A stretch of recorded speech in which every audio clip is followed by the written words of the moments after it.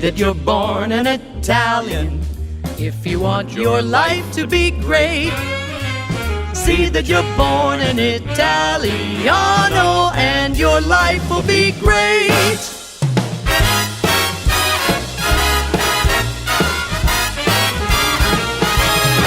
How about some Donadell? That's a nice.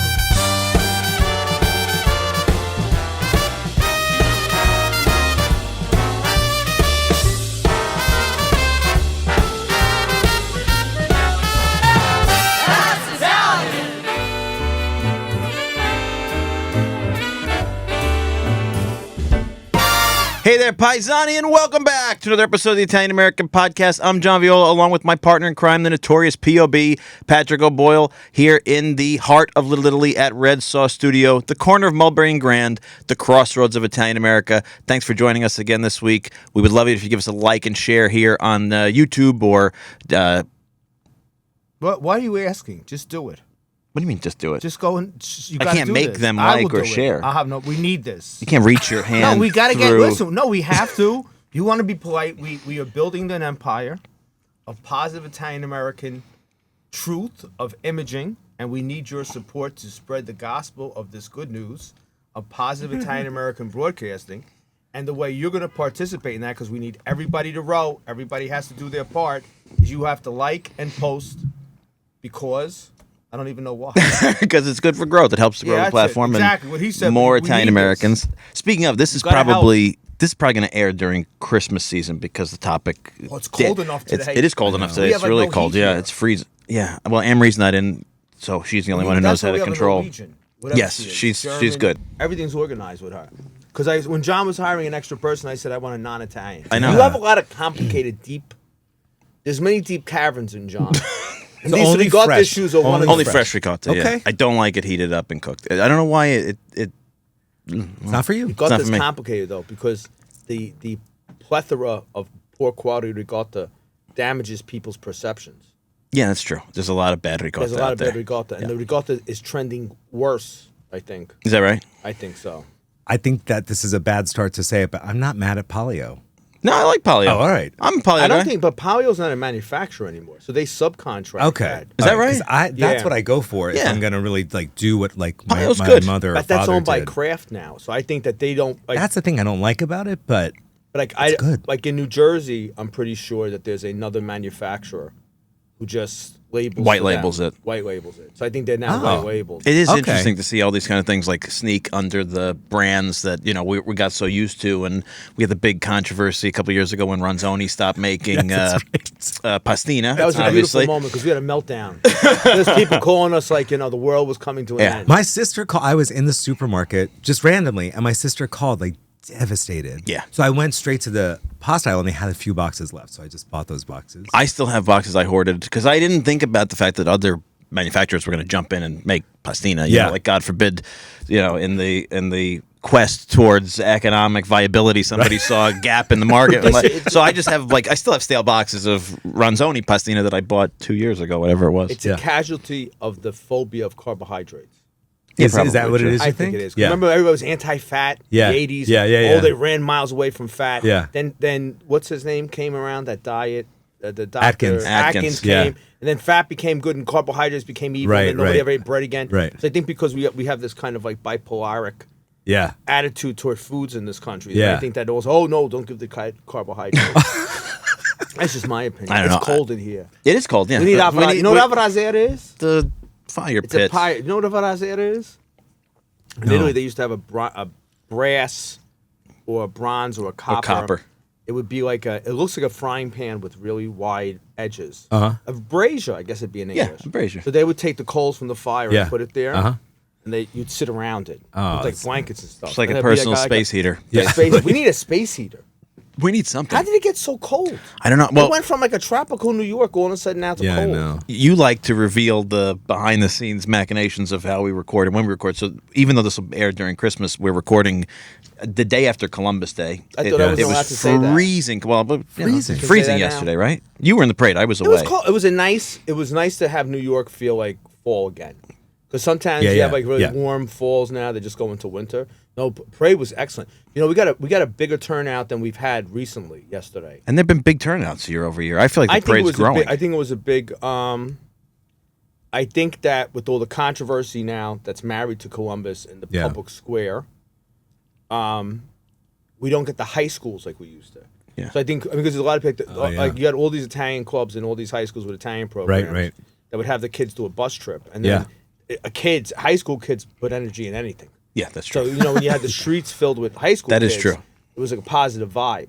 Yeah, I used to come that's for a high school. definite- It was yeah, like a I mean, big it was deal. like, you Even know. if it Yeah. wasn't with school, my friends and I would like take, you had the day off, we'd come in, and any Italian friends I had, it was like a really big deal to come in and Yeah. take the train in from We will Jersey. rebuild this. We will. Parade by parade. Parade by parade. We're in every parade. We're in New Orleans. It's a We're fun in the parade. Sunshine. It is. Parades are fun. Parades are, it's nice to have, even with all the controversy around it, a sort of visual, tactile, experiential manifestation Yeah. of how people feel about their culture. And we're here today with the author Francesco Sedita, and he has joined us at my behest because I saw online his latest work. This is your latest work, correct? Or- That came out last year. Yeah. and I was like, I got to get this for my daughter, who's Yeah. now just turned 3, because Oh, now when you I think know about why. what it means to have these attachments, our Italian Christmas Eve, this was such a thrill for me to find online Yeah. because it doesn't exist. You did something pretty novel Yeah. and created something to share our culture with the outside world, but I would assume also to kind of double down for those of us in the tribe. How did this come about? For sure. It's so I wrote it with my sister Danielle, and this Christmas Eve is the thing. It's the right? day to me. I mean, think Christmas so. Day is sort of like, all right, we're sort of going to eat something and hang out, Yeah. but we're not really going to make it a whole thing. And we had, my parents are both native New Yorkers, and my sister and I were both born here. She's a little bit older than I, so she had more time here. Once I was born, my parents moved to New Jersey, but we have these incredible memories of Christmas Eve. In the beginning, with my father's family when we were younger, and then it moved over to my mother's family. Just big parties, tons of food, tons of people, a closet full of presents for like anyone who might stop by. That's what I always marveled at. Like, my aunt, like some random neighbor would stop by and she would have not only a gift for them, but a gift with their name on it, like as a just in case, Yeah. that if they stop Yeah.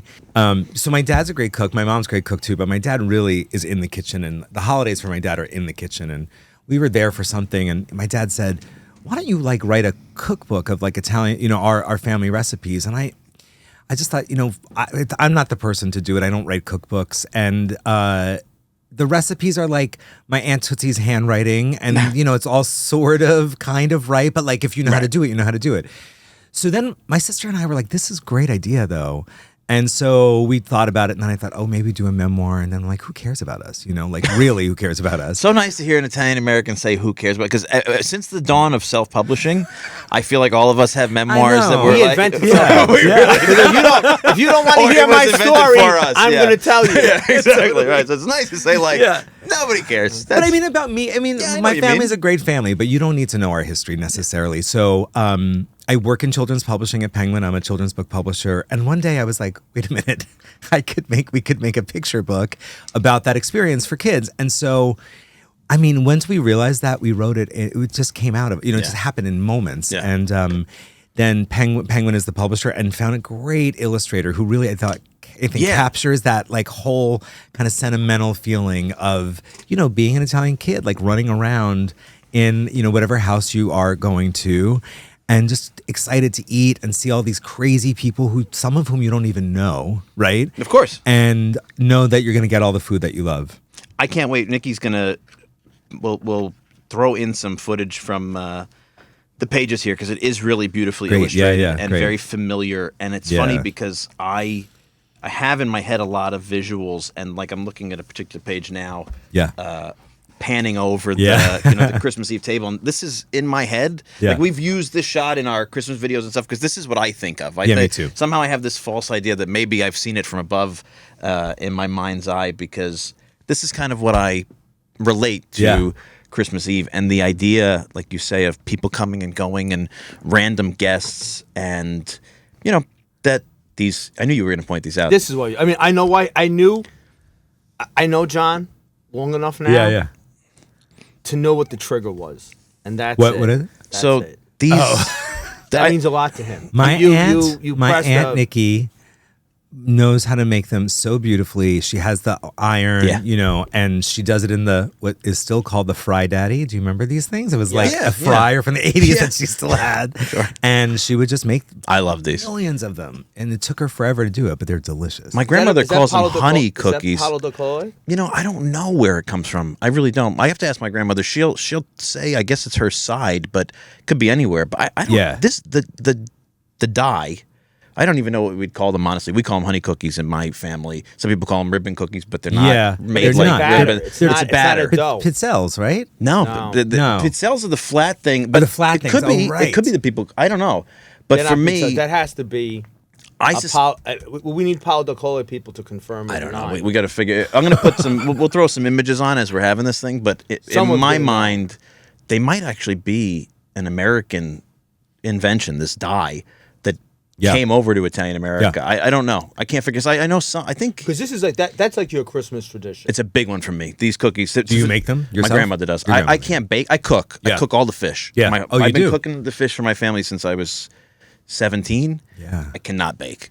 I tried once to make struffoli. It was a calamitous Should I bring my mother on disaster. this year? If Struffoli's gotta hard. pub- Should. Oh, you got to struffoli's publicly hard. embarrass. No, they're I not. would never publicly No, embarrass your mother. no. That's You not have to. nice. No, I don't. No, I did not say that before. Everybody goes hanging me. I did not say publicly embarrass my mother. I said the only way I'm going to get on if she is forced to come on. Oh, I see. Because you say it publicly. Yeah, I will. Okay, then absolutely. Oh, They're very I easy see. to make. But yeah. We could make 10,000 for me. with my mother. No, that's I what I come want to say. over and learn? Yeah, sure. Yeah. Do you know what the problem is? People complicate them. Oh. So what has happened in Italy? It's happened worse than here. Yeah. That people start to add ingredients. Yeah. And as you add ingredients, it just complicates it. Yeah. It complicates the dough. Yeah. And the dough gets sticky. Yes. Yeah. And no one can handle sticky dough. Yeah. So all we use is flour, eggs, and a little bit of salt. Uh-huh. And I upgrade this year. I fry it in leaf lard, which is Ooh. better than the seed oil. Yeah, you can't beat And that. there's no greasiness to it. Really? Because with the leaf lard, it is no piggy taste, because that's the unpiggy part of the Right. piggy. And it has no greasiness. Yeah. They're light. I don't put any bake, because my aunt, that's all my aunt put in, was because my grandmother my aunt was widowed very young with a son. She was widowed before her son was even born. So her and my grandmother, my aunt lived like in a compound. Yeah. So my grandmother Yeah. did the cooking and my aunt did the baking. Yeah. So my grandmother would send my mother over to help her sister with the baking. Yeah. So that's all my aunt did was the big well of flour, Yeah. the eggs and the salt. But I want my mother to come on. But she's going to murder me right now. I got to send the clip of this because everybody's intimidated, but they're very easy to make. Yeah, but it's the simplicity. You got to roll them out. I don't know. Boom. Baking's hard. Baking simplicity is we like can do this. a lure to baking. But I think people think because it's simple ingredients. But I I'm going to tell you why we're going to do this. I'm whacked out, as you'll see with this, but I often Yeah. feel things happen for a reason. Okay. Right? And in 1991, I was watching, I guess it was like CBS Evening News. Okay. And the Soviet Union was celebrating its first official Easter after like 70 years, right? And the impressive thing was they had to get a Russian Orthodox priest on TV Yeah. to show people how to dye Easter eggs. yeah, It's that's, like, this is an egg. And the whole, because they really didn't know, right? Yeah. I said I want to form an Italian-American mitzvah mobile. Like Shabbat has. He's right. He does. Right? He always So talks what- about that. So, I would love that. well, what do they do? They show you how to put on the top. I mean, I don't know the name of all the phylacteries and talis, but Yeah. these things are not hard to do if everybody holds hands and does them together. And the beauty of modern cooking technology is it's even easier. Right. Things like, stand mixers and ovens you can regulate. Like your grandmother or your great-grandmother Yeah. did all this stuff with much less. Oh yeah, of course, yeah, for sure. Wait, if you ever do that mitzvah mobile, will you sign me up? 100%. I would. I have a feeling you're love to very be a part early of it. on in our time together. You're going to be a big part of all of his mitzvahs going forward because you guys have a lot of similar traits. Speaking of mitzvah, this is a mitzvah, right? This Yeah. is exactly that. This is a mitzvah mobile. This is something that somebody like myself who fastidiously keeps traditions is Yeah. thrilled to pass on to my kids or my nieces and nephews, or even those who really don't have anything but the faintest, fondest memory of it, right? Yeah. When you wrote this, what was the Was there a goal, I guess, is the question. Yeah, I mean, I think the goal was, frankly, this is such an Italian answer, to make our dad happy. There you go. Perfect. But really, yeah, right. it meant a lot to him, Yeah. and sort of capturing these memories means a lot to him. So there was that. But then for us, we just had a great time going through pictures because we used sort of photos to sort of kind of bring us back to certain moments and kind of piece the story together. But we just had such a nice time doing it. So, but we also knew that, there's a lot of people who don't know about this wonderful little night that happens. In the original manuscript, we had them like falling, sort of like packing into the car, falling asleep in the car, and then being brought into midnight mass. Yeah. And then we just thought it was like a bridge too far in the storytelling, so we kind of kept it just at the house, But the midnight mass part of it was such a big part of it for us, and it was like the coolest way to end. And in my family, and I think this is in the author's note, I can't remember, but we would go to midnight mass, and then because it was past midnight, my dad would come home and fry sausages. That's my family too. That's only a Sicilian. That's my Sicilian Yeah. side. That is the most Sicilian you were possible thing to 8 years old, Yeah. like eating a sausage. I can 1:30 in the morning or whatever. It was like you just felt I just felt on top of the world, And Santa was a thing for us for sure, but like that was sort of secondary to it all. Like the experience around the table was the thing for sure. Funny you say that because I never picked it as a Sicilian thing, but so my grandfather's 89 now. Yeah, and that's how old my dad is. Okay, so Sicilian American, probably similar. Yeah. Obviously grew up in the same time, probably very similar traditions. And the older he's gotten, the harder it is for him to stay awake through midnight and stuff. Absolutely. So we don't do the don't sausage and eggs or whatever. Yeah. And it is one of my fondest memories, and You something gotta I haven't caffeinate really. him this year. You got to keep him. He's amazing that he's 'Cause he's has a the bolt. energy he God does. bless He's a him. bolt. Thank God is right. But I think back to how lucky I felt. Yeah. That we would have that sort of second birth of the holiday, Totally. Absolutely. and bring out eggs and who wanted Yeah, this. And yeah. that. Wow, and I haven't thought about that in a long time. And that's why and we also did gifts on Christmas Eve, like the real gifts for Yeah. Christmas Eve. Yeah. But that's why Christmas Day always was like, okay, here we are. And like, I don't know, we would have. That's an Italian American thing, though. Oh, what? We changed everything here. Yeah. Because Christmas Eve, we say this to a lot of listeners, right? Like, so we have a lot of people who had no Christmas Eve tradition. Yeah. Because there's some parts of Italy where they really didn't do it. Yeah. Right? And most places, like in the 19th century, especially if you were in, and I know I keep saying it, but different episodes, but if you were in an interior town, Right. you could afford bacala. That was the Right, one time you right. could afford bacala. Right. And you'd have a few anchovies, which you made with spaghetti or something Yeah, else. yeah. Or you put in zapalas. Yeah. And that was it. Yeah. Or you have, and a lot of towns, and even the places that had fish, so you had that little piece of bacala, which was your big treat, Right. and zapalas, which are like fried dough or whatever, different parts of the country have different names for them. Yeah. That was the big treat on Christmas Eve because it was flour, and you might put eggs or you might put cheese. Different places put different things in them. Yeah. But then we came here. Now the city of Naples. If you were in cities that were on the water, like in Sicily, there was plenty of maritime cities, or in the coast in Campania or in Calabria or in Puglia. If you were a seafaring town, you ate a lot of fish because fish was convenient. Right. But if you were 5 miles away from the sea, you weren't getting fresh fish. Yeah. But when we came here, there was such an abundance. I mean, you could buy stuff. Right. Now you're in New York and you could buy stuff that you didn't even know existed in Italy. Yeah. And we had these blowouts because in Italy on Christmas Day, and I'm talking back when the 19th century, Yeah. you would keep an animal. Maybe it was and a lot of times they were castrated, right? So you'd have a castrated rooster would be a capon, or you'd have a castrated goat, crostata, I think was the word for it in the Cilento. You would castrate an extra male animal and fatten them up during the year, and you killed it at Christmas. Right. So on Christmas Day, you had the piece of bacala, the big treat on Christmas Eve, which was a kind of a simple meal with a lot of fried stuff around it. Sure. And then you'd have, and fried desserts as well. And then on Christmas Day, you'd have the capon or the goat or the lamb or whatever, and that was the wow, right? But they had that's why Italy had Arthur Schwartz, who I quote here all the time. Arthur Schwartz said, Italian Americans ate on a Sunday, what people in Italy dreamed to have like on a holiday. Yeah. Right? Because Right. what we had here was Yes, like for so over sure. the top. So we had quantities of fish that knocked us out, that everybody was blown out for the next day. So a lot of people don't have that Christmas tradition. That's because we were so overloaded on Christmas Eve. Makes 'cause sense. We had that opportunity. Absolutely. Yes, of course. That was the big. My family has no real standing Christmas Day tradition. We did Santa gifts in the morning. That Yeah, was of like course, our, yeah. but sometimes we went to my dad's side, sometimes to my mom's side. Now, especially since we've taken it into our home to do Christmas Eve, and it's become such a big production, it's like a recovery day. It's like, it's just like the day after a big work event or something. Yeah. Everybody's sort of flayed out and maybe some leftovers. And Yeah. it's, a chance for somebody to experiment and cook a recipe they want everybody to And it was try. an and- in-law day sometimes. Yeah.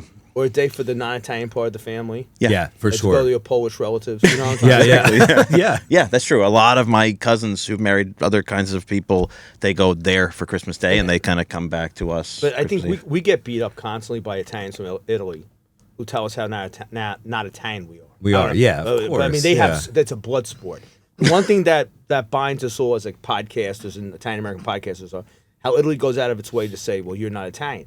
Right. And we're not. I don't know what we are. We're some kind of Creole mix. Yeah. Right? We're very much Yeah. American. But Yeah. I think Christmas Eve, I mean, we say Columbus Day is an Italian-American holiday. Yeah. But maybe Christmas Eve, on the scale that we've done it, is our definitive holiday. Oh yeah, That's- the book that's was it. originally called Our Italian American Christmas Eve, and it just sort of didn't roll off the tongue the way that we sort of wanted it to. So that was a big discussion. But yeah, no, I totally agree. It's like our own thing for sure. Yeah, it's our thing. but it's a good thing. It's a great thing. Great, yeah. I look forward to it. I mean, my whole family, we talk about this all the time, every obstacle and challenge to getting together and scheduling. And, COVID was a Yeah. strange time to not have these traditions continue. But it's something to me. Yeah, it's our one day, really. I think that that's a safe kind of assumption. I think Yeah. if you took away everything else, yeah, it's nice to be able to walk with red, white, and green and the flag and everything. But this is the one that is like the wellspring for kind of rechristening yourself Italian American every year. Of And course. I have a personal war Oh, against the term Feast of the... Well, because a lot of people hates use it. now the Feast of the Seven. Yeah. Well, I know I've repeated this many times, but I just say because like our listeners like learning things, right? We've tracked the Feast of the Seven Fishes as a term to probably the 80s. And we think it probably was a New Jersey newspaper article. yeah. So they report on a family doing Christmas Eve. yeah. And somehow seven fishes come. Now, we don't know if it was a specific town they were from. But a lot of people say to us, well, I don't make seven fishes. But that's it was a term invented to coin a celebration that Yeah. the American press didn't know what to call it. Yeah, there's a great piece in the New York Times actually that we talk about at the end of the book that sort of does exactly what you're saying. Sort of tries to figure out like where did it come from, and there's possibly some religious I connection don't to buy the it at all. number. I'll blow that number. No, There's the no, number- there's no evidence of it. Like if you go to Italy, no one's ever heard of this. There's no everything we have Yeah. here. There's a town, right? So we've done a lot of stuff where we'll say, okay, this came from here. Because the other thing that we talk about a lot too is that Italy was more formed in America as a national identity than it was ever Absolutely. formed in Yeah, of Italy. course. So now you have Barese people. Yeah. My grandma talked about the Barese people that lived down upstairs. I guess they were upstairs from her. As a kid, swapping recipes, like as if it was Chinese. Right. Oh, the Right. Barese people made this, and so there's certain recipes that come here because okay, well that came from this group of Italians. Yeah, yeah. Like we said, lasagna. Lasagna was unknown in 80% of Italy. That was a Campania thing. Yeah. That started to move, and then people picked it up. But there's no evidence. There's no town in Italy that says, "Oh, we do seven fishes." Right. 'Cause Oh, we yeah, would've yeah, found- right. There's no. So, Yeah. So but now some places in Molise, there's some places that have numbers, so 12 and stuff like that. But we've never found the seven. Yeah. What's your family tradition? For The fish. What's the menu? And is it changeable? It's changeable. But my dad, when his mother was alive, they used to just spend the day cooking in the kitchen together. So a lot of it is my dad's family Sicilian recipes, but bacala is a big part of it. And my grandmother made this thing that my father's like, I don't know, you kind of make it like this, but he really never can tell you the recipe. But it's breaded with fried onions and then baked in a glass dish. And it is like I can't really you had me at breaded and explain- fried onions. So I can't really explain. It's like one of the most incredible things. And he's offered to make it throughout the year, and it's like no. It's like it's not going to be the same. Yeah. Otherwise, we do the big fish salad with calamari and octopus, and it depends on the family member who makes it. Let's be honest. Sometimes it's amazing, and sometimes it's a little tough. Wow. Yeah, I said it. I said it. I didn't name names. I didn't name There's names. a form of honesty here, Let right? me tell you that when we were doing this book, it was like, oh my God, there's a million names that should be in this book, right? Because the kids walk in and sort of greet all the crazy relatives. So then we just started making names up so that so it wasn't like, oh, we forgot You missed somebody, right? yeah. And like we didn't show the illustrator any photos because I just couldn't get involved with somebody being like, I don't look like that. I would never wear that It would have dress. made your life so unnecessarily complicated. Yes. I would never wear that dress. Yeah. In this book, we actually put salmon in there, which is something that my family never does, but other families in my family do that. So we put it in. Well, it's so funny you bring salmon up. Arthur Schwartz covered this in Naples at table. He said that he's Jewish, right? So Yeah. it's a visiting holiday. It's not Yeah. his holiday in the Yeah, sense yeah. that he would spend it in Naples, and he's not. It wasn't like he was carrying. I don't want to use the word baggage, but I don't know what else of his own tradition. Yeah. And he's within I don't want to say aristocratic, but a well-to-do family in Naples. Yeah. And they put out a whole thing of smoked salmon, which is completely not part of the Neapolitan tradition. He said, then why smoked salmon? Because it resonates with him as a Jew, right? Locks. And they go, oh, our father always loved it, and we put it out in memory of him. So Yeah. things evolve. Oh, There's totally. an evolution. Absolutely. People don't Yeah. give any room But for I don't that. think of I don't necessarily think of salmon, at least in my immediate I'm family. with you, yeah. But it does happen throughout some other families around us. So It's funny you say salmon because salmon is the catalyst to my taking over the Christmas cooking. And I don't remember how it ended up after my grandfather died somehow, because he and my grandmother did most of the cooking. I guess it got fractured. I was only 16, 17, so I don't remember the sort of in-family politics of Yeah. how they spread the responsibility. But salmon ended up on the table. And I remember thinking to myself, like, salmon? How like, it was so shocking to me that it just never registered as an Italian-American dish. And I kind of at the end of that Christmas Eve said to my grandmother, okay, listen, do me a favor. Teach me how you and Grandpa make this stuff. Yeah, And yeah. I'll take it on and I'll train my brother. I'm the oldest. Train my brothers and cousins and stuff. And that's how I took it over and just never turned it back. Yeah. Now I still do it. But it was salmon. It was the inclusion of salmon that just sort of shocked my Yeah. system. And I was like, oh my gosh, Yeah. well, what is, but Yeah. these things do evolve. I And mean, do we become ossified? Do we become Amish? I have a friend I went to high school with said all the time. Did the Amish have a big convention in 1841? Said we're just going to stop today. Right. And if we didn't make it in by today, today's the cutoff day. Right. If a guy came with I don't know, an electric light the next day, I'm sorry you didn't make the cutoff. Right, yeah. It's a good question. You're right, and I've evolved my thinking. I used to be really this is what we have, and Yeah. I was crazy about the numbers. And my father, I've talked about this on the show before, said we never adhered to numbers. You're latching on to kind of new structures here, and it was a real wake up call for me about the importance of I tell this story. making people feel included in I this. tell this story every year, but I have to do it for posterity. I remember watching. I lived with my grandmother my entire life. So my grandmother, my mother, and I. It had to be in the '80s. Maybe it was Channel 2. You being in New York or in New Jersey will understand this. Yeah. Somebody came on and talked about a feast of the seven fishes, and my grandmother, who was Neapolitan and very superstitious, Yeah. was like, where is this coming from? And am I supposed to make seven fishes? Is this a bad luck thing? Not It to? rocked her. Right. Yeah, it rocked Right. her. Do you want to miss out on luck? She didn't want to miss out on luck. My grandmother. I come from a very superstitious family. Where did she land? What did she decide? We just would have committee conversations. Because so you understand, Italians around Thanksgiving start to talk about Christmas. So, oh my That's God, really totally. true. Yeah. See, my grandmother would make me breakfast every morning and say to me, "What do you want to eat tonight?" People, Oh, that's yeah. that's totally gone. Yeah. Like you'd put your order in at breakfast for what to eat that night. It's like the hotel. But then the first week of December, when decorations would start to go up, Yeah.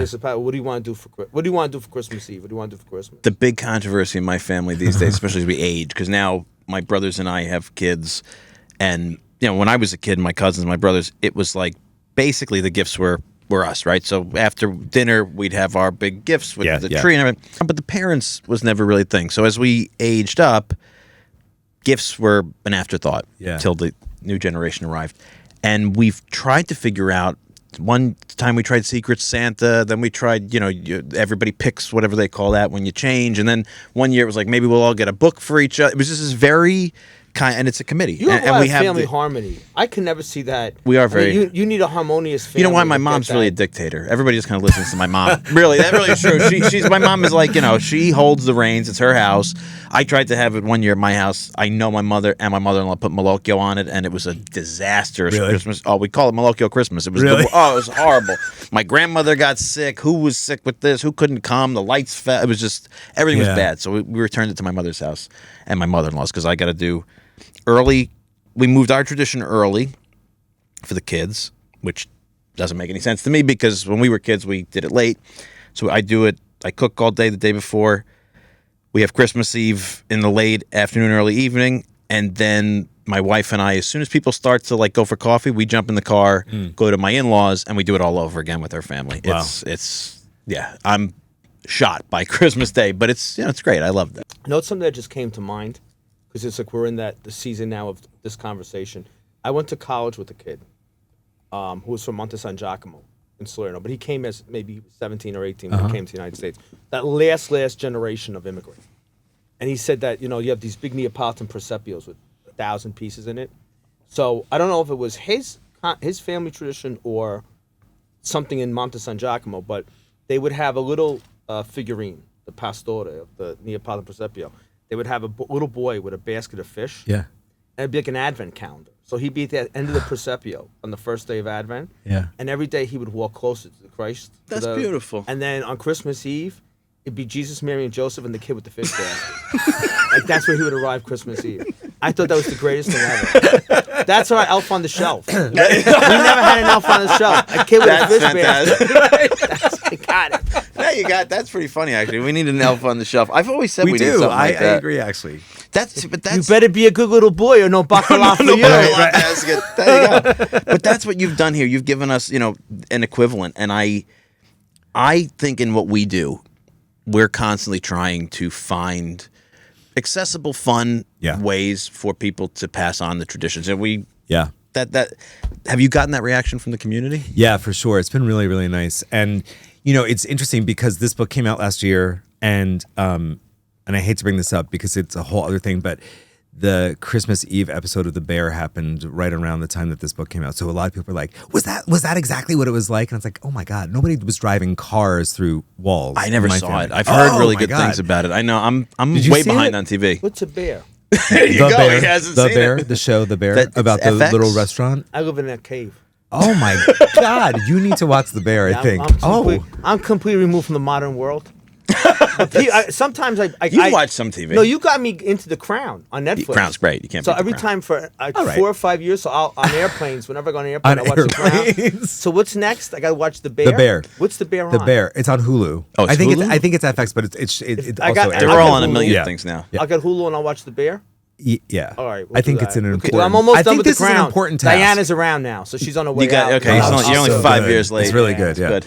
But yeah, so then I don't want to give anything away, but they sort of were at the same time. So people were like, "Is this what it was like?" And basically, it's the mother in the kitchen with 17 timers set, and kind of making a mess, and the son who is a chef kind of running in and out of the kitchen to help.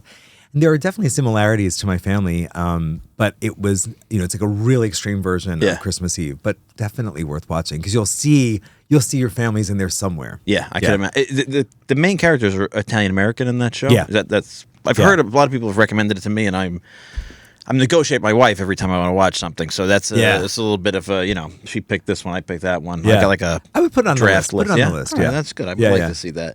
It is funny how you kind of expect the anxiety of the night too. You know what I mean? Like there's my all God, of that yeah. tension and timing, and fish is hard to make too. Yeah. So you got timing. The and, timing is yeah. a thing for sure. Yeah, if you're cooking Because you could screw it up. yeah, easily. yeah. Of Easily, course, yeah. I always burn the chestnuts. It's become a running joke. My family. We gave up. My family gave up on the chestnuts. They did it for years, and finally, Why? my dad was like, "Nobody really eats them." By the You time know you why? get to Can I them, tell you why? Why? That's another one of my crusades. Yeah, tell me. While Is this we gonna get- be in the truck? it's the mitzvah mobile. This is in the mitzvah mobile. Mitzvah number 6,348. Chestnuts. When we get the chestnuts here from Italy, they're Yeah. not packaged correctly, so they're stale. We get a lot of stale chestnuts. Yeah, So okay. they're dried out. Yeah. And they're the kind of they're at the point in Italy where they would be soaked and made in a soup. Sure. Yeah. But we had our chestnuts. Remember, we suffer since 1908. We had a plague, a chestnut plague in America. All the chestnut trees died. This is something near and dear to John's heart. So all the chestnuts were wiped out. Really? It's like a phylactery. It's like the most devastating blight in like really global history. The U.S. chestnut, the indigenous American chestnut, went from being basically like you couldn't step 10 feet without hitting one, and they call it the cradle to the grave tree because you could eat the nuts. You could the wood was amazing. Blah blah blah blah blah blah blah. And then they just within 10 years were like 90% of them were gone, and it's really hard to I never regrow heard them. of this. I just lost 5 of them. I've been trying to grow them by me because I'm in a good temperate area up in Westchester, but I lost. Wait, but 5. do you have a chestnut secret that I should know? Because I would make them. There's a guy who I'll give him the business, though he won't send me. I won't even get half a chestnut from him. You got a dealer? It's called Chestnut Charlie's. I never told And me he's this. in like not Detroit, like Michigan or Wisconsin. Really? Because there's isolated patches of America of trees that didn't get affected. Yeah. I'm pretty sure. Really? Were grafted. So Chestnut he has, Charlie's, so you right. can, my mother, who's the most negative person who ever walked the earth, who has criticized everything I've ever done in my life. Why'd you waste money on this? You're so stupid.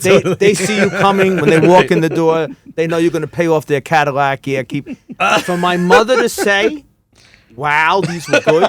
Okay. And knowing that I paid a king's fortune for it. yeah, okay. For my mother to compliment them.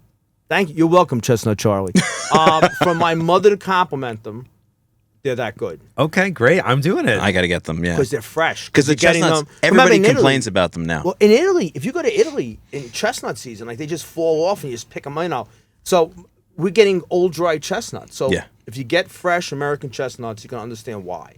Yeah. They say American chestnuts are like exponentially better tasting too, sweeter naturally. Everything about them supposed to be better than really globally. Now it's mostly a Chinese hybrid. That's what screwed us over with anchovies. The whole anchovy problem we have is that Italian Americans lost the excellent quality Sicilian ones that come from Shaka, right? Yeah. Chittata and Campagna has them, which are really a delicacy, and we started to get garbage.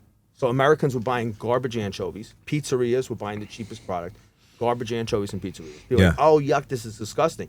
And it put this prejudice in their head that anchovies are not disgusting. Yeah. And I've had so many people like, and I go my Jehovah Witness phase, so converting people to anchovies, right? I bring in, I'll say like, just try this one anchovy, and they're like, the ones who have the courage, who have the grace, Yeah. accept the anchovy, they're converted because they're like, wow, I'm gonna try this, and it's really good. That's mitzvah number. Like that's mitzvah 9,400. I would put it in top 20. Wow. Because people don't get it. They just don't get it. They're so freaked out by it. And It's then weird. It's like, do you like salty stuff? Because that's kind of what you got here. Wait, I have a late breaking update. Yes. I texted my cousin. He calls those cookies rosettes. Okay, I've heard that. I've heard rosette. Yeah, That's the only name I've I've heard ever that. heard for it. There you go, rosettes. Yeah. I would text my grandmother, but she'd call me. She'd, she would call me. Your grandparents, God bless them. They're amazing. I mean, your grandmother's with it. Your grandmother's more with it than I am. My That's grandmother- not much of a compliment. She's True. like on eBay. My grandmother's selling like one of the stuff first and- eBay. Really? Oh yeah, she's been on eBay for like 25, 30 years. So she's amazing. The lady's unbelievable at 88 years old, and she still makes these every year. So this is definitely something that sparks my. And these must be you should cuccidati bring her cookies into- under here, right? Yeah. That's another But my huge favorite staple. are the tricolor cookies. It's my dad's favorite. They bring up childhood in a way. First of all, they're delicious, but they bring up childhood in a way for me that I like. Yeah. It's like I can't separate from it. I love it so much. But that's Italian American. They don't. Oh, exist for in sure. Italy. Oh, yeah. Like another But feather in our they hat. are so good. Were they a regular I do thing love in them. your family or just Christmas? But I think because of me, yes. But because of me, they were sort of around. Yeah. My sister too. But I think I definitely was the one who would request. you had those the demand first. for the. Yeah. I could see that. That's like to me, they are my dad. We had them at everything. My mom was like, it looked like the New York Stock Exchange, how they would rank who was the best one. My mom knew every baker and who she liked and this and that. And we always had them at our house. These kind of touchstones, I mean, that's why people identify with this stuff. I see all these, like, I have a hat from Fortunato Brothers that just has a tricolor cookie on it. Yeah. And everybody that sees me is like, like these are our touchstones. And I think coming through last year into this year and beyond, and hopefully our audience will be actively seeking out our Italian Christmas Eve, because I think this will be a touchstone too. Thanks. I think this will be something that we can really take and use. And I want to talk a little bit about your other works, Yeah, of because course. you're in publishing, but you're also writing. Yes. Tell us a little bit about the other stuff that you have added into the world here. I grew up in, I was born here on Mott Street, and then my parents moved very quickly to New Jersey after I was born with my sister. And they were really supportive of me being a creative kid, and they just sort of let me go and do, And I always was writing, even as a little kid. And so that was the thing. I was going to be a writer. I went to NYU. I was going to be a writer. And then I fell into publishing. It's a long story, but I fell into publishing, and I loved it. I loved being on that side. So I sort of sit on both sides of the desk in children's publishing, and I write as much as I can. I write. The Pathfinder Society is a graphic novel series that I write with a really close friend from NYU. That's sort of like The Goonies meets The Breakfast Club, and that's been really fun to write. And there's some talk of potential TV or movie right now, which is really exciting. And this is the first book I will read to you. I had a friend who I don't have kids. I had a friend who was pregnant, and I was like, God, what is the first book you'll read to this kid? And we just kind of like had that conversation. I thought, oh my God, how is there not a book that is the first book? That's very true. I wrote it thinking that it would be sort of a different family in every page turn. And the illustrator was like, no, let's make it about a dad and a kid and the first experience of reading a book together. So these have been really fun to work on. And, for me, the pandemic, we were very lucky. My family was very lucky. People stayed healthy. We were very fortunate. Thank God. And it became a really creative time for me because I was just locked in my apartment. So I was like, I might as well do the thing I keep on saying I should be doing more of. So that's sort of where a lot of this started. A lot of these books started, for sure. I know I've said to John, we're looking for an Italian-American children's author to do a book on Italian-American dysfunction. Oh, God, let's do Explaining it. it to the kids, like, Mommy doesn't talk to Franny anymore because she tried to steal Grandma's house. Yeah, stuff like that, Do you remember? I Remember your title list you sent me?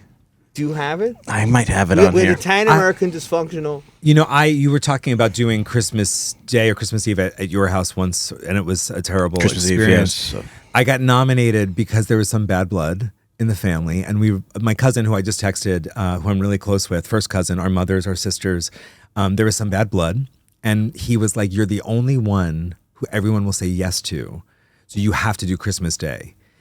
And I did it for 2 years, and it actually worked. That's nice. But I think they were just old enough to have forgotten a little bit about what really happened or what went down or what was said. So it was just like this big, loud Christmas Day in my apartment, which was really, really special. But Italians love the drama They of love making it. peace on a holiday. yes, You exactly. have to Very negotiate symbolic. it. Exactly. Will Yeah. you come? Totally. Will you come? Yeah. Come on. Yeah. How many more do we have left? Yeah. Then something happens, you're going to feel bad. So they have to have a public reconciliation. Absolutely. Now, I know you're not going to know this because you don't watch TV, but do you know who Teresa Giudice is? Well, she lives in New Jersey. I mean, She's That's a New Jersey the- housewife. I've heard that name, yeah. And she and her sister-in-law have a whole, I can't even tell you this. They have a whole long bad blood thing. And one Christmas Day, I think, Teresa brings what they call sprinkle cookies. No, Melissa brings sprinkle cookies to Teresa's house, and Teresa can't believe that she would bring such cheap, shitty cookies.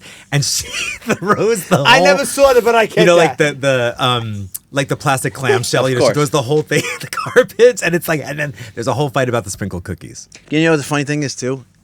I can imagine. I don't know That's these people. deep. It is. You know how many more books you have in you? You got to go home and write like right now. Yeah. Leave immediately. How bad and are get the her- sprinkle cookies? That's really because I could see in my own family once there's an issue, it becomes a matter of finding new issues, right? Like doubling for down. So like sure. the sprinkle cookies might have Yes. been the best sprinkle cookies in the world, but Right. in her mind, they had to be bad. They had to right? be bad, And yeah. that's a Yeah. very Now you know why I don't talk to her. Look at how cheap she is. Yeah. correct. Yeah. they're always yeah. finding excuses. Oh, yeah.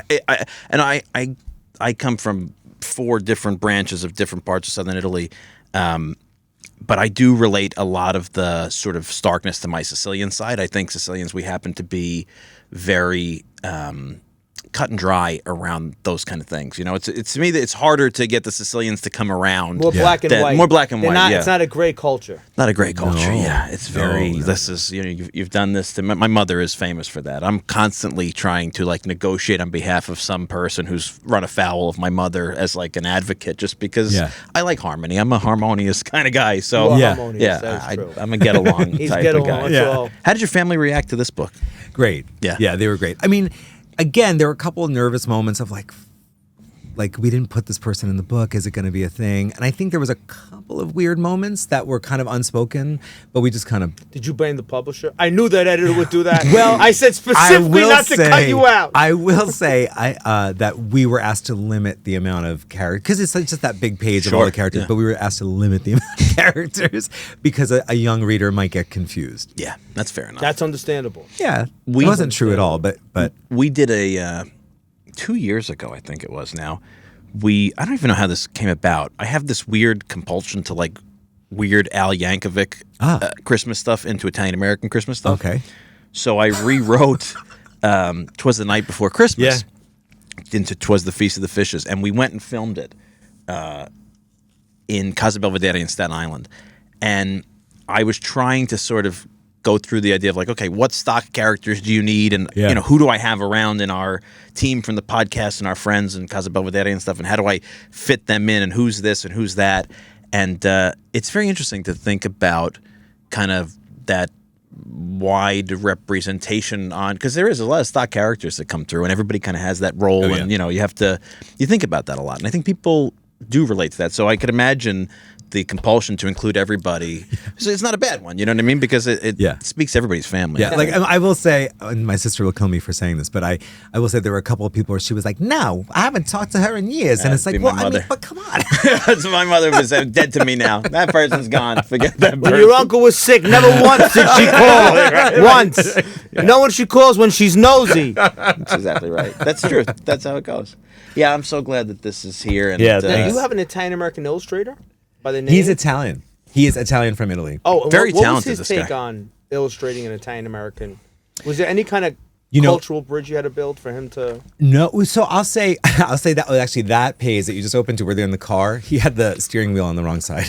Well, for a lot of fair it. enough. But no, the way that it works officially though is really that the writers and the illustrator don't often connect the editors in the middle. But the editor handled him beautifully, and I think he really got the assignment. There were a couple of things that my sister and I, just sort of asked for tweaks on, just to make it feel, frankly, more like our family, which in turn made it more American, right? But he really nailed it in sketches like the first round. You know, when I started digging into your background to track you down and ask you to come here, I was so impressed by your career in publishing. Yeah, thanks. And we have this conversation a lot about Italian Americans, whether or not we're people of the book. And it's been a long haul for us, especially in a position like yours on that side of the business, right? Because it's, in some ways, you have a lot of ability to encourage and bring along others in our tribe here. What would you say to a young Italian American who wants to go into publishing, wants to be a writer? What's the best advice you can give, having done it on both sides? Yeah, I mean, I think that we're great storytellers, and I think that's where it begins and ends, right? Like, a good story is a good story. You might not know how to write the story, but you certainly could be on the other side of the desk where the story is being made, and you're part of that experience, whether you're an editor or in marketing or a publicist. I mean, there's so many different places where you can sit in publishing, and I think that there is that strange, or has been that strange stigma of like Italian Americans aren't necessarily book people. I don't really know why, but I think it's really changed a lot. We can't eat them. Because we can't eat them. He says this a lot. He's not wrong. My grandmother never understood why. If you can eat why them, do you want I a think book? we'd like them. And why are you gonna read it once and then what are you gonna do with it? Right. They never. Like, I was like the 10-year-old kid building the library. She was impressed. Yeah. Like, oh, that's very, you're gonna, because education. Know what I felt, at least from my grandmother? Education was a road to social respectability. Mm-hmm. Oh yeah. So it wasn't an end to itself. Like, who really cares about X, Y, and Z? Yeah. Let's go eat. Yeah. But people will be, but you have a title. Yeah, that's fair. I was a constant. She just never understood. Somebody said this: why Italian Americans are not readers, Southern Italian Americans especially. because we come from a culture where being alone is kind of, we're not a sit alone kind of people. It's suspicious. It's suspicious. So to read a book, you have to that's go under a interesting. tree. Yeah, yeah. And you have to be alone, and you have Yeah. to go deep. And why is he under that tree by himself? Is there something wrong? Yeah. So we're not the isolation that's needed for deep mental contemplation Yeah. is kind of contrary to our social vibe of just come to the That's table. really interesting. You know, I grew up in a house of books. Both of my parents were readers. And my mother is the reader that's like, you know, the kind of pristine hardcover, you know, with a beautiful bookmark. And my dad is like a beat up, you know, paperback guy, but always. And I was not a reader as a kid. It was really hard for me. And it took me a long time to get there. But once I got there, they really were in, you know, but reading was not it is surprising that I wound up where I wound up based on how I read as a kid, because I couldn't do it. I would much rather at the time draw or be a magician or like play Atari, you know. all good options. All good really, yeah. options, but not necessarily lucrative. That's funny. I never thought about this in 50. My grandfather just yell, books, everywhere books. The books like piles of it would just frustrate her. Really? Yeah, it was like, what do you have all these books? They're Oh, disorderly. really? There's books Yeah. here. 'Cause Get it's rid a of them. mess, You're ready. it's a Get rid mess. of it. Yeah, because Yeah. I read books and Yeah. stack books and take books Yeah. out, and they're mess. Like, what do you have all these books around? Like, you read it already. Get rid of it. What are you gonna keep this book for? Getting rid of books, I can't do. I can't do that. I have a I very cannot. hard time with that. I cannot do that. And but I'm my like- brother can do that because he's a neat freak.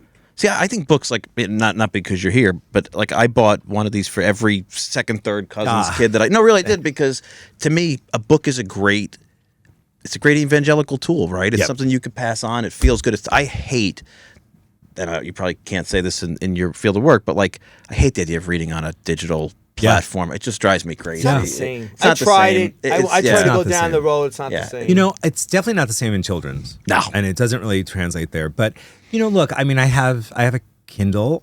It's never charged, but if I'm really going on a long trip, and I'll use it, because you're not how many books you're going to pack. Yeah, that's a conundrum. But I would much rather have the book in my bag, Yeah. like, you know, and to bring around if I'm on vacation or, you know, on the plane or whatever. But the Kindle it's just not. It bothers my eyes. Yeah, and it's Yeah, me just too. not. I don't know. The relationship with the actual book is really important to me. So I suffer from dyslexia, and Mm. I, similarly to your experience, I was a drawer my whole life. Yeah. That's how I related to it. But I loved reading, and I struggled through it until I really kind of forced myself to be okay. And then audiobooks came out on your Yeah. phone. That changed Yeah. my life, right? Of So now I course. listen to everything, especially because I don't get time to sit down anymore. But I found that it's become economically kind of inefficient, because when I like an audiobook enough, if I get to like the third download, Yeah. I'll go buy the book and I'll either read along or I'll switch over to Oh, reading, really? because I like to have Yeah. that physical tactile copy there, and make my notes or dog ear a page or something like Yeah. that. To me it becomes a lifelong relationship now, right? Like I can go back to Absolutely. that book, and there's the experience that I had. I love that. So I can always like that we can have guests who can encourage other Italian Americans to get into the field. Take out their wallets. That's your job. Are you love getting it. there yet? Yeah, you might as well. Christmas is around the corner. This is a fantastic option. I say it every time. I will say it again. Don't buy one, buy multiple. So you have 12 nieces and nephews. You have 6 grandchildren. Yeah. That's 18 books. They look great at a place setting. They do. That is true. You know, that's a great way. Put it at a place setting, because we have to support Italian American authors. Yeah. Because if we don't support them financially, it's going to go away. Yeah. Because they're putting their labor in, they're putting their time in. You're going to use this as a pedagogical tool. Is that the right thing? To teach your young people, right, the next generation. You don't want to see this die. You don't want to see it die with you. You have to invest Yeah. in the authors who invest in the books, and you have to take out. I say all the time. I used to say it. Now they can actually see me. The wads of your confirmation money, the communion money you still have under your mattress, right? The old money with the rubber band around it. Those like, you know, when Abraham Lincoln, they all look different on the money back then. Yeah. Take it out. Go out and buy some books, and buy multiple books, and buy support. And I say all the time, if there's a local library by you, buy some for the local library. Yeah. If there's a school library by you, buy it for the school library. Yeah. Buy it for the scout troop. Do whatever you have to do, but promote, and post on, what is it, Facebook and stuff, the walls. Social. Post on The your walls. social media. But hey, is that what you do? You post it on the wall. Honestly, Facebook I'm wall. not I'm no better than you on this. I stuff, think- to be honest. post, Let's not post, say wall. post. Let's not say It's just wall. not, it's just not It's not a thing. But then what do you post it on? You just post it on Facebook. Put it on Instagram. Facebook. You could just say put it on your But socials. don't they call that the wall? Or am I really losing like it? in the days when you could like throw a ham at someone? I Remember think those I days? think they called it on your wall. Or anyway. But Post it somewhere. lest we go off on They a know tangent. how to do it. They found Go out. out, support. Buy the book. Buy the book. And we all have to put our eggs in this basket, spend some money, and get it for the young people because you're not going to regret it. Yeah. And you can speak to this from the other side too. Yeah. It is true. If something like this doesn't get support, it's harder to do it again, right? It's harder for the next person to come along and tell an Italian American story. It is. I will say though that in children's, what's nice is you constantly have new customers. Yeah, fair enough. Because families are having kids and they're coming to these things and looking for these things. So, like in a case like this particular one, because it's specific, it's the Italian Christmas. Like I think it will churn for a while because hopefully we have more families coming to it. Yeah, absolutely. That's the. I mean, as we've been building out the store around, which is not open yet, but one of the goals in the back corner is a book section and really a heavy focus on children's stuff. Yeah, because that's great. We want to promote. Do you know our friends at Italian American Books in Boston? I don't. IAM Books. Yeah, we IAM got to hook you guys up. They're Yeah, great. for It's sure. It's a couple from Italy. Yeah. Opened up an Italian American bookstore. It's about 10, 15 years old now. It's got a good Extremely one. successful. Really? Yeah. Beautiful. I don't know. You should it. definitely do a yeah. book signing. Yeah, there. that'd be really fun. It's a fantastic. It's they're on the same page. You guys are publishing and they're selling. You know, I can't remember what the store was, but somewhere in Brooklyn last year when the book came out, a bookstore, an independent, had a bad fire and sort of salvaged part of the store, and it was right around the holidays, and they brought in our book, Italian American Christmas, and they wrote to the publisher to be like, thank God for this book because we're selling so many copies. Wow. And it was a really nice thing That's to beautiful. hear that, this book resonated so much in that community, and that community was helping that store to sort of get back on its feet. That's awesome. Yeah, that was amazing. That's what it's all about. Yeah. It really is. That's why as we enter into the Christmas season, what better time to dig into our Italian Americanness, explore. I mean, we're working on a Christmas album this year. It's going to be quite interesting. I hope by the time this comes out, it's out there and as long as we available don't to freeze people. to death in the studio. Oh, please. I know. He I said, should have brought a blanket. I'm gonna Christmas get you album, one. like you're singing? Yeah. I'll tell you all about it when we go off the microphone. Brother. It's pretty whacked out. It's pretty whacked out. Out. Yeah, it's whacked out. It's out there, but hopefully it's on See, sale my by the time you get wackiness is here. public. John's is hidden away. Oh, I see. It comes Yeah. out once a year. Yeah. My wackiness is behind the Christmas scenes. time. I like to orchestrate wackiness more Yeah. so than just sort of I put get it out that, there. yeah. But So these are important we're doing things. an album, aren't we? Yeah, it's going to be an album, yeah. I'm almost finished with the cover. Actually, I'm going to go in tonight to finish some touch-ups on the sound. Yeah, it's been really interesting. I'm going to tell you all about You it. think I kicked and screamed coming into the Oh, studio? kicked and You screamed. sure had a high. Kicked and screamed. Yet again, every time I drag you into one of these things, you kick and Yeah, scream. but I have confidence in you. I trust. Thank you. That's the gift that keeps on giving. That's true. That's What a confidence. beautiful. That Yes. was smooth. Good way to wrap it up. And for another gift that keeps on giving, make buy the book wherever get you the credit book. card out. Yeah, he'll tell Use you. your points. Just buy it. Yes, wherever you can, Yeah, crypto, whatever points, you got. Amazon points. This is a whatever great points, thing go to and buy pass it. along. There's plenty of options, but you can find it anywhere books are sold. Yeah. If even better if you find it at your local bookseller. But Francesco, thank you so much Thanks for being for on having here. me. This This has been a is lot really of fun. Thank Yeah. you. It was And very bon much an Natale honor. to Thank everybody. you. I hope Yeah, you guys yeah. pass this along. Yeah, thank you.